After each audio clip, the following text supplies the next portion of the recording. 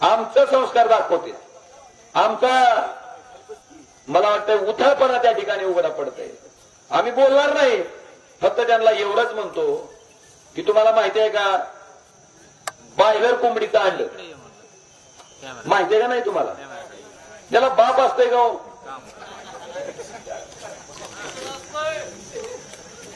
Boiler कोंबडीच्या अंड्याला कुठं असतंय? तुमचा जरशा गाईचं वासरू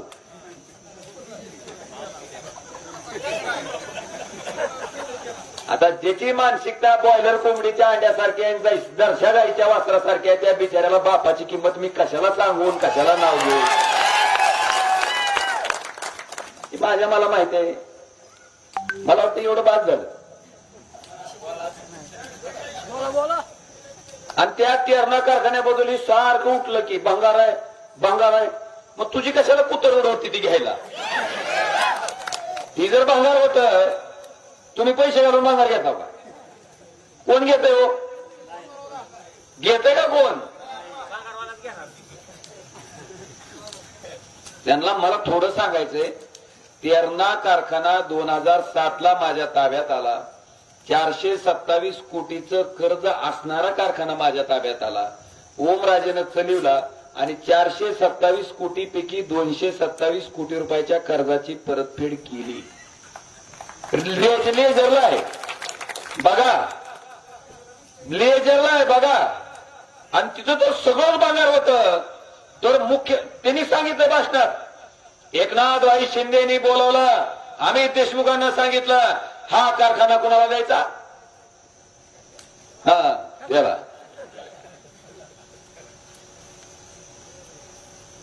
मग इतकं मुख्यमंत्री पुस्तक कशासाठी गेलता? भांगारसाठी गेलता का? अरे ती सोनं आहे तुम्हाला माहित होतं, सगळं व्यवस्थित आहे तुम्हाला माहित होतं. जर काहीच नव्हतं तर मग चालू कुठून काढलं? मी क्रशिंग कुठून केलं? 3 लाख आभाळातून पडलं काय? आभाळातून पडलं. आणि एवढी डिस्टिलरी का तयार करायला होती? तर अजून काहीतरी आहे म्हणूनच करायला ना.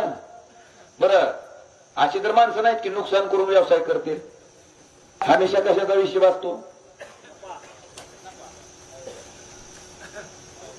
कशाला नावं ठेवता? पुढची गोष्ट थांबा. ते आता 4 तारखेचं मतमोजणी झाल्यावर पुन्हा कसं झोपायचं ते कळतंय. तुम्ही ना काळजी करू. ती बराबर लोक झोपवती. पुढचं ही एक भाग झाला. दुसरा त्याने आरोप केला की उस्मानाबाद डीसीसी बँकेचा. साहेब कैलासवासी पवनराजे निंबाळकर साहेब जेव्हा हयात होते त्याच वेळेस त्यांनी हायकोर्टात याचिका दाखल केली. आता उघड गणित आहे मामा. उस्मानाबाद डीसीसीनं पैसे नागपूर डीसीसी बँकेत ठेवले. ऐका, नीट ऐका प्रकरण काय ते. तुम्ही जर माझ्याकडे ठेवले बँकेत, तर ती पैसे कुठं गुंतवायचे हे तुमचा अधिकार आहे का माझा? तुम्ही बँकेत पैसे ठेवले, बँकेनं पैसे आमच्या बँकेकडे आल्यावर कुठं ठेवायचे हे अधिकार कोणाचा आहे? तुमचं ना आमचं नातं काय फक्त व्याजाचं? बरोबर आहे. तसं उस्मानाबाद डीसीसी बँकेनं नागपूर डीसीसी बँकेत काय ठेवली? ठेवली. मग त्या ठेवीचं पाण्यात टाकून द्यायची, गावातून उडून टाकायची का कुठं सेव्हिंग करायची? जिथं कुठं गुंतवायचा अधिकार कोणाचा? बँकेचा, ठेवीदाराचा नसतो. आता तुम्ही बँकेत पैसे ठेवल्यावर बँक कुठं गुंतवायची तुम्ही ठरवतो का? कोण ठरवते?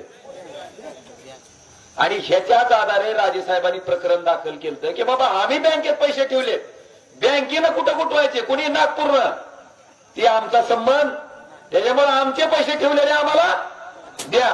अशी याचिका दाखल झाल्याच्या नंतर औरंगाबाद हायकोर्टानं त्याच्यात निकाल दिला की उस्मानाबाद बँकेचा 1 रुपयाही ह्याच्यात बुडालेला नाही. ते पैसे उस्मानाबाद बँकेचे बुडाले नसून ते पैसे नागपूर बँकेचे बुडाले. ह्याच्यात उस्मानाबाद डीसीसी बँकेचा 1 रुपयाही बुडवलेला नाही. आता ही प्रकरण झाल्याच्या नंतर माझ्या वडिलांना का नाव ठेवायला तुम्ही? का बोलायला? पण माझे वडील हयात असते, जर खरंच माझे वडील वाईट असते, वाईट वागले असते, तर पद्मसिंह पाटलाला सुपारी देऊन त्यांचा खून का करावा लागला असता? वाईट जर असते तर का करावा लागला असता? अरे त्या पद्मसिंह पाटलाच्या 2004च्या निवडणुकीत तुम्हाला मी सांगतो, पहिली निवडणूक होती आपली मशनीवरची आणि त्या निवडणुकीमध्ये पवनराजे साहेब अपक्ष निवडणूक लढत होते अपक्ष. आणि ह्या हिजड्याच्या निचाड अवलादीनी नालायक लोकांनी नाही नाही नाही या नीच लोकांनी ज्या दिवशी मतदान आहे मतदाना दिवशी काय बातमी छापून आणली दैनिक जागृत जनप्रवासला पवनराजे निंबाळकराचा पद्मश्री पाटलाला म्हणजे मताची भीक कुणाच्या नावावर मागितली कुणाच्या आणि राजेसाहेबाच्या नावावर मागितलेल्या मताच्या भिकेवर राजेसाहेब अपक्ष असताना पद्मसिंह पाटील फक्त 484 मतानं काय झालं. त्या दिवशी त्याच्या लक्षात आलं की आता आपलं राजकारण चालू शकत आणि म्हणून हे कृत्य झालंय. आणि मी सुद्धा का आलो राजकारणात पद्मसिंह पाटलाला वाटायचं की आता पवनराजे संपवलं की आपल्याला विरोधक राजेसाहेबाचा खून करण्यामागं हत्या करण्यामागं एवढाच उद्देश होता की राजकारणातला विरोधक.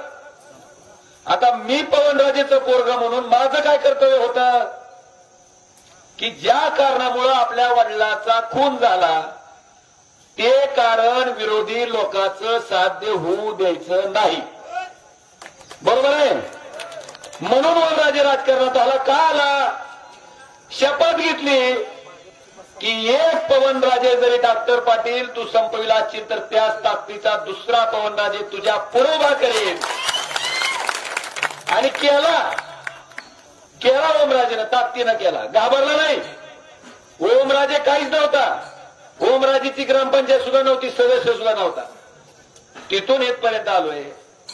बांधवानो प्रामाणिक